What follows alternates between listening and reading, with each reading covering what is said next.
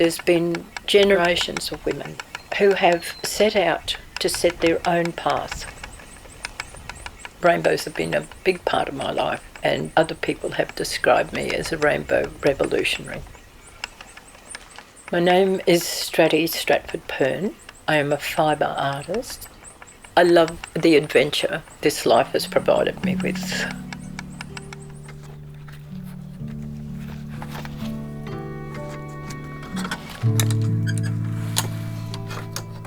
In my life, I have organised quite a number of festivals, worked on many committees.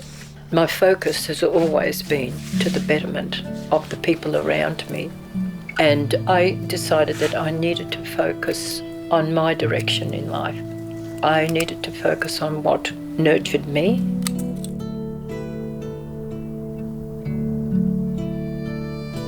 The core of my existence is my creativity, and Zeehan has given me the space I need to create. I can nurture myself as well.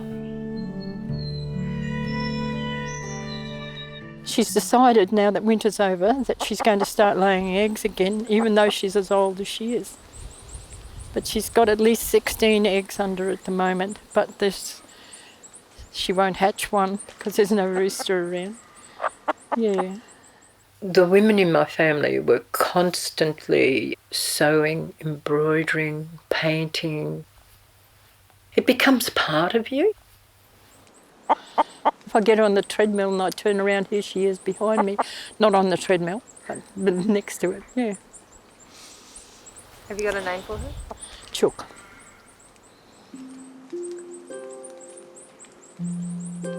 I was born in 1940, not long after the Second World War broke out. After the war, the whole family went to live in Japan in a little village, Nijimura, translated as Rainbow Village. It brought me in close contact with other languages, other ways of life. All of a sudden I found that there were wider horizons, and I was going to try them out as much as I could.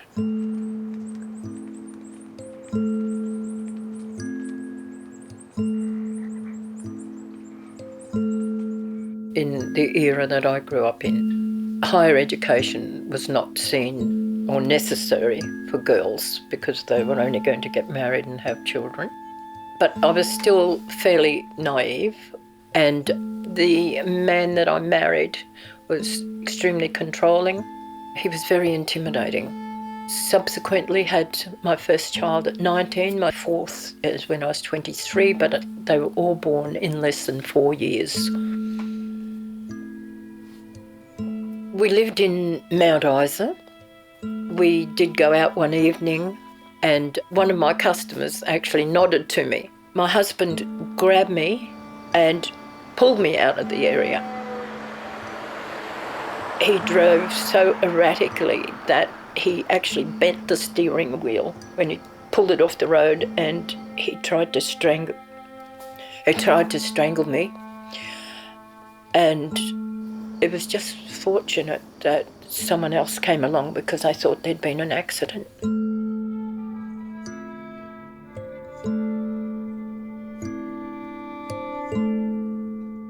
I had tried to get help from the police, and being a man's town, it was very difficult for a woman to do that.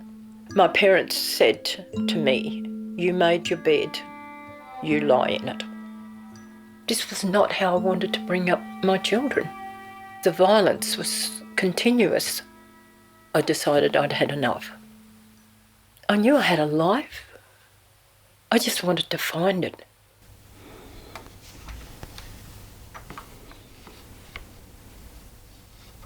It's like a form of meditation, and time has no meaning anymore. It's just a focus on what you're doing.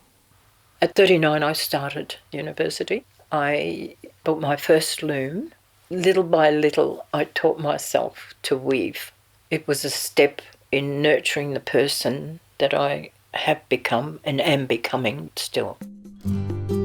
Because of this newfound freedom of thinking that I had, I joined the Peace Train, which was a group of alternative people who started travelling around Australia. We arrived in Alice Springs. There was a movie being shot, so I signed up as an extra, and so did everybody else. One of the things we had to do was train the camels a bit. I just accidentally happened to get the tallest, meanest one of the lot. The stirrup slipped up above my knee. I was sliding off the camel. This man started running alongside, saying, "Hush down, hush down." He couldn't have done anything for me. But the very fact that he was there, it gave me reassurance, it gave me security, because I was naive enough to think he knew something about camels at that time, and he didn't. They're definitely coriander. So that was my introduction to Rob. But I've planted mostly coriander. Yes, Stratie's a top camel rider.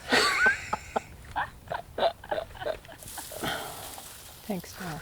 A beautiful woman in many ways, so skilled in many different artistic ways. Yeah, just love her for her knowledge, her ability and her life skills. I'm learning just so much about life. She's just got such a beautiful way of interacting with people. Yeah, just a really beautiful woman. I realised that Rob was meaning more to me, and it was a shock because I had spent so long finding out, without any men at all in my life, who I was as a woman, as a person, without a man in my life. So no one that I could lean on or have excuses not to be myself. And all of a sudden, he was this man. He was just so easy to be with. We just worked as a unit together. It started to dispel a lot of the distrust that I'd built up over my life. No, nicely and gently, Robert. Love